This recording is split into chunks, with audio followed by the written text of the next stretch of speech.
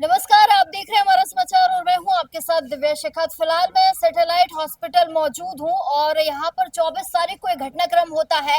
एक गार्ड के साथ यहां पर मारपीट की जाती है, जो कि सेवानिवृत्त फौजी साहब हैं और फौजी साहब भी मैं उनको कहकर संबोधित करूंगी। उनके साथ यहां पर कुछ लोगों के द्वारा मारपीट की जाती है और वो लोग कौन है? पेशेंट बनकर आते हैं। देखिए, कहते हैं कि डॉक्टर भगवान का रूप होता है। हॉस्पिटल एक ऐसी जगह है जहां से आपका ट्रीटमेंट होता है, लेकिन उसी हॉस्पिटल में मारापीटी की जाती है। एक गार्ड को इतनी बुरी तरीके से पीटा जाता है कि वो बेचारा बेड पे पहुंच गया है। सबसे पहले तो आपको इस हॉस्पिटल का वो नजारा दिखा देती हूँ जहां पर एक घटनाक्रम होता है। गार्ड साहब के साथ मारापीटी जो है बाहर से ही शुरू हो जाती है। उसके बाद सीसीटीवी फुटेज आप लोग देखेंगे, उस सीसीटीवी फुटेज में साफ तौर पर नजर आ रहा है कि यहाँ पर जो है वो गार्ड बैठे हैं, रिलैक्स होकर यहाँ पर बैठे हैं, बातचीत कर रहे हैं अपने कर्मचारियों के साथ। लेकिन यहाँ पर कुछ लोग आते हैं, ताबड़तोड़ 8 से 9 लोग आकर उन पर हमला करते हैं और हमला भी इतना भीषण होता है कि उन्हें संभलने का भी टाइम नहीं दिया जाता है। लगातार उन पर थप्पड़ों की बारिश की जाती है और वो इतने भयानक तरीके से मारा पीटा गया था उनको कि उनके नाक में भी फ्रैक्चर आया, उनकी आंख में भी चोट आई है। और बात करूं तो उनके जो है गाल पर भी काफी सारे जख्म हैं। मैंने उनसे बात भी की है और उन्होंने जो बताया है कि मैडम, मैंने बचाव करने की कोशिश की थी क्योंकि उस रात जो है सभी यहाँ पर महिला कर्मी मौजूद थी। सभी के सभी यहाँ पर जेंट्स नहीं थे, कोई भी मेल डॉक्टर यहाँ पर नहीं था जिसकी ड्यूटी थी। ये सैटेलाइट हॉस्पिटल है जो कि गवर्नमेंट हॉस्पिटल ही है। अब आप समझ सकते हैं कि यहाँ पर एक डॉक्टर सुरक्षित नहीं है, यहाँ के कर्मचारी सुरक्षित नहीं है, तो सुरक्षित कौन है?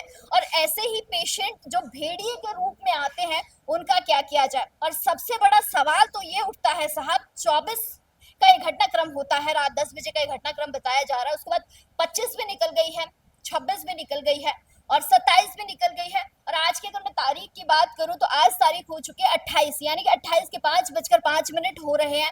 अभी तक जो है वो भेड़िए पुलिस की गिरफ्त से दूर बताए जा रहे हैं।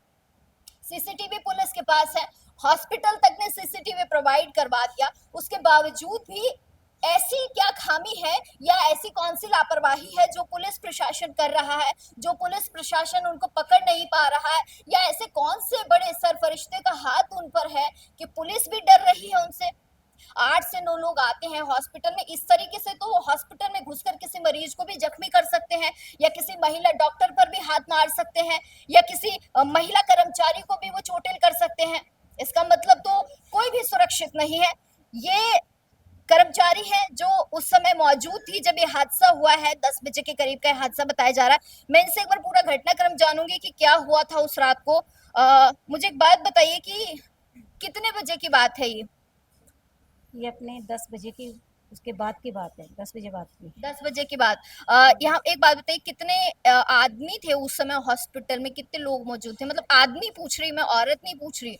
आदमी कितने थे उस समय? लेडीज़ तो हमारे पास में है ना, हम 3 थी और जेंट्स एक ही था, वो था गार्ड। वो गार्ड साहब थे, धर्मवीर जी उनका नाम है, धर्मवीर जी यहाँ पर थे। अच्छा, वो लोग जो भी थे जो दिखाने आए थे, उन्होंने आके सबसे पहले क्या बोला? आके ये बोला पर्ची कहाँ मिलेगी? मैं कि पर्ची बाहर मिलेगी। तो पर्ची कटवा के लाए, पर्ची कटवाते ही बोले कि पेट में दर्द हो रहा है। तो मैं बोली मैं कि ना जो अभी आ रहे हैं डॉक्टर रोड पे गए, है ना। तो वो बैठ गए, बैठते ही उन्होंने मतलब यहाँ से कुछ चार्ट पे से देखा, नंबर वंबर मिलाया। मतलब 3 या 4 मिनट ही थी। इतनी सी देर में तो वो बोले कि इतनी देर में तो मरीज का ऐसे हो जाएगा वैसे। मैं कि कुछ ही नहीं, मैं कि अभी बुलवाते हैं, है ना। तो हमारे सिस्टर गए, उनको बुला के लाए मैडम को। मैडम को आते मैंने बोला कि मैडम पहले इनके देखो, इनको पेट में दर्द है। तो मैडम देख लिए। देखते ही बाद में ना गेट पे गए ट्रीटमेंट करवा के। पूरा शायद ट्रीटमेंट भी नहीं लिया उन्होंने। तो गेट पे गए तो गार्ड से हाथापाई कर ली उन्होंने। फिर हम क्या करें, हमारे जो मेडिकल पे है भैया, वो पर्ची काटने वाले भैया, वो जाके हम बुला लाए गार्ड साहब को। उसके बाद में जाने उन्होंने क्या फ़ोन किया क्या नहीं किया, 20-25 जने आए और हमारे गार्ड पे हमला बोल दिए। और मैं डर के मारे ऊपर भाग गई, उनको देख के। मतलब इतनी पब्लिक थी ना, तो मेरे से देखा नहीं गया, तो मैं ऊपर भाग गई थी। गार्ड साहब को मारा उन्होंने बहुत बुरा। अच्छा, एक बात बताइए, जब गार्ड साहब के साथ उन्होंने मारा पीटी की, इससे पहले गार्ड साहब की उनकी कोई लड़ाई झगड़ा हुआ हो, कोई बात हुई हो, किसी तरीके की कोई तू तू मैं हुई हो, हाँ, या गेट से इलाज के लिए कोई मना कर दिया हो, उन्होंने अंदर नहीं आने दिया हो, नहीं ऐसा नहीं, कुछ ऐसा हुआ? कुछ भी नहीं है। हमने अच्छी तरह उनको ट्रीटमेंट दिया, हमने प्यार से बात की है, ऐसा कुछ भी नहीं था ना। हमें पता था कि ये ऐसा हमारे साथ में करेंगे। हम तो अंदर आ गए थे सब, बाद में उन्होंने जाने किन किन को फ़ोन किया, 20-25 जनों को बुला लिया, है ना। मैं उनको देख के घबरा गई, मैं ऊपर भाग गई। बाकी हमारी डॉक्टर थी, है ना, और ये नर्सिंग स्टाफ था, लेडीज़ थी, और गार्ड साहब थे, जो गार्ड साहब को उन्होंने नीचे गिराया और बहुत बुरी तरह जख्मी किया। आप सिर्फ यहाँ पे महिलाएं ही मौजूद थी उस समय, कोई जेंट्स नहीं, ड्यूटी जेंट्स पर? नहीं था, बस 2 लड़के थे हमारे, जो अपने मेडिकल पे हैं, और एक पर्ची काटने पे। छोटे ही हैं वो भी, बच्चे ही हैं मतलब। अच्छा, इसके बाद आप लोगों ने क्या किया जब उन्होंने गार्ड साहब को पीटा? आप लोगों ने किसको फोन किया सबसे पहले? हमने उनको किया था, क्या बोलते हैं उसको, पुलिस को ही किया था, पर आने में टाइम हो गया। पुलिस कितनी देर बाद आई? 1 घंटे बाद, आधे घंटे बाद, कितनी देर बाद आई? हो गए थे उनके जाने के बाद में, 15-20 मिनट बाद में ही आई थी। मतलब आधे घंटे, क्योंकि मुझे जो जानकारी मिली आधे घंटे के अंदर पुलिस आई। हाँ, बस ये बात है। गार्ड साहब के बारे में कोई और जानकारी ठीक है, वो कैसे हैं? मैडम अभी मैंने देखा नहीं है, बाकी लगी उनके बहुत ज़्यादा थी। चलिए, बहुत शुक्रिया। तो ये है सैटेलाइट हॉस्पिटल, गवर्नमेंट हॉस्पिटल, जहां हम फ्री इलाज के लिए आते हैं कि कम से कम हमारी यहाँ सुरक्षा हो, हमारी यहाँ पर रक्षा हो। अब आप समझिए कि जहां आप रक्षा मांगने जा रहे हैं वहीं आप भक्षक बन के चले जाएंगे तो फिर आपकी रक्षा कौन करेगा? एक हॉस्पिटल में आप मरीज बनकर जा रहे हैं और आप किस तरीके की हरकत वहां जाके कर रहे हैं, इससे शर्मनाक बात कोई नहीं हो सकती। डॉक्टर प्रदीप भाटी भी है यहाँ पर, मैं इससे भी बात करने की कोशिश करूंगी कि आखिर में उस दिन क्या हुआ था, उसके बाद पुलिस ने क्या एक्शन लिया। डॉक्टर साहब, बहुत स्वागत तो कहना नहीं चाहिए मुझे, क्योंकि इंसिडेंट ही ऐसा हुआ है। क्या कुछ कहेंगे? उस दिन आप कहाँ थे, क्या बात हुई, कैसे आपके पास फोन आया, आपको कैसे जानकारी मिली? एक्चुअली रोस्टर में मेरा मोबाइल नंबर लिखा हुआ है, तो नाइट ड्यूटी मेरी थी उस दिन। तो पेशेंट ने सबसे पहले मुझे कॉल किया था कि इमरजेंसी है, मैं 15 मिनट से वेट कर रहा हूँ। ठीक है ना, तो मैंने अपने जो स्टाफ से पूछा कि अभी ड्यूटी पे कौन है, तो जो महिला चिकित्सक थी, तो मैंने उनसे बात करी।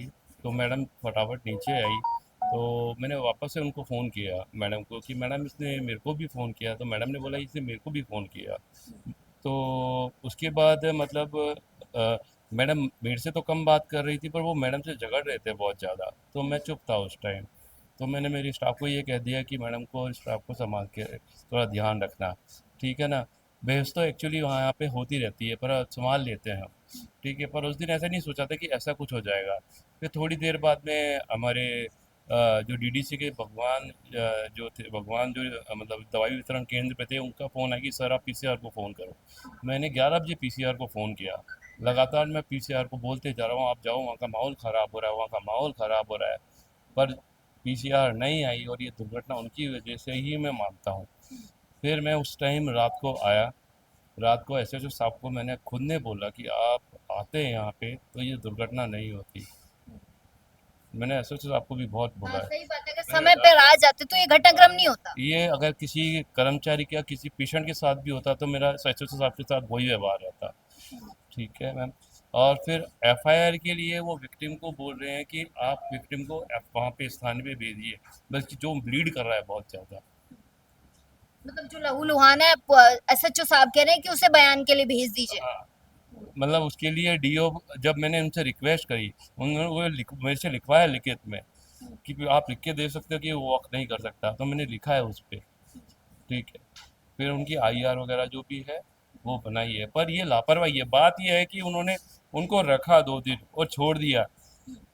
वो तो मैम कि मतलब कोई आईपीसी लगती, मतलब पता नहीं उन्हें कौन सी आईपीसी सोच के लगाई है, ठीक है। जो 2008 8 का जो मेडिकल प्रोटेक्शन एक्ट है, और 5 जुलाई 2021 में जो है, उसके अकॉर्डिंग तो वो उनको मतलब छोड़ ही नहीं सकते वो ये। 24 घंटे के पहले छोड़ दिया पुलिस ने, 24 घंटे के मैम बाद अगर छोड़ा? 24 घंटे के बाद में छोड़ते तो पहले उनको मेडिकल कराना इम्पोर्टेंट हो जाता।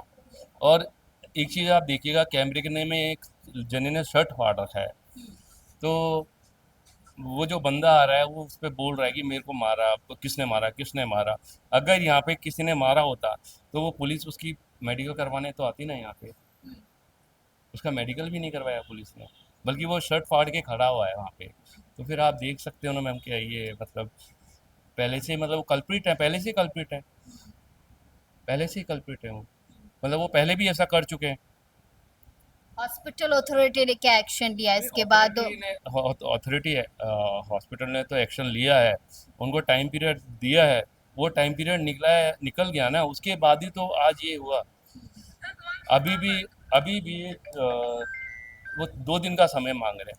क्या राजस्थान की बॉर्डर को पार करके? वो तो रहते तो जयपुर में ही है ना मैम, राजस्थान की बॉर्डर को पार करके। अच्छा, वो लोग आए होंगे तो उन्होंने अपनी बेसिक डिटेल्स भी यहाँ पे हाँ अमूमन हाँ लोग हाँ देते हाँ। ही है, पर्ची कटती है तो दस बेसिक दस डिटेल्स। 10:42 में उसकी पर्ची कटी है, 10:46 को मेरे पास फ़ोन आया है और 10:48 को मैडम को फ़ोन किया है। कुछ नाम हम बता पाए कि कौन थे, किस नाम से पर्ची फैया कटी? ये नहीं, फैयाज खान था उसका नाम शायद, फैयाज खान था। नहीं, फैयाज खान का फ़ोन आया था, उसके नंबर से फ़ोन आया था और वो एसएचओ सर को मैंने नंबर भी दिया है। नंबर भी दिया, उसके हाँ बावजूद पुलिस नहीं पकड़ पा रही है। हाँ। और बल्कि पुलिस उन दोनों को रख के वो जो भी जितने भी लोग थे उनको आइडेंटिफाई कर सकती थी, आइडेंटिफाई इजी नहीं कर सकती थी। अब जब वो दो बंदे ही उनको, अब वो बोल रहे कि अब नहीं मिल रहे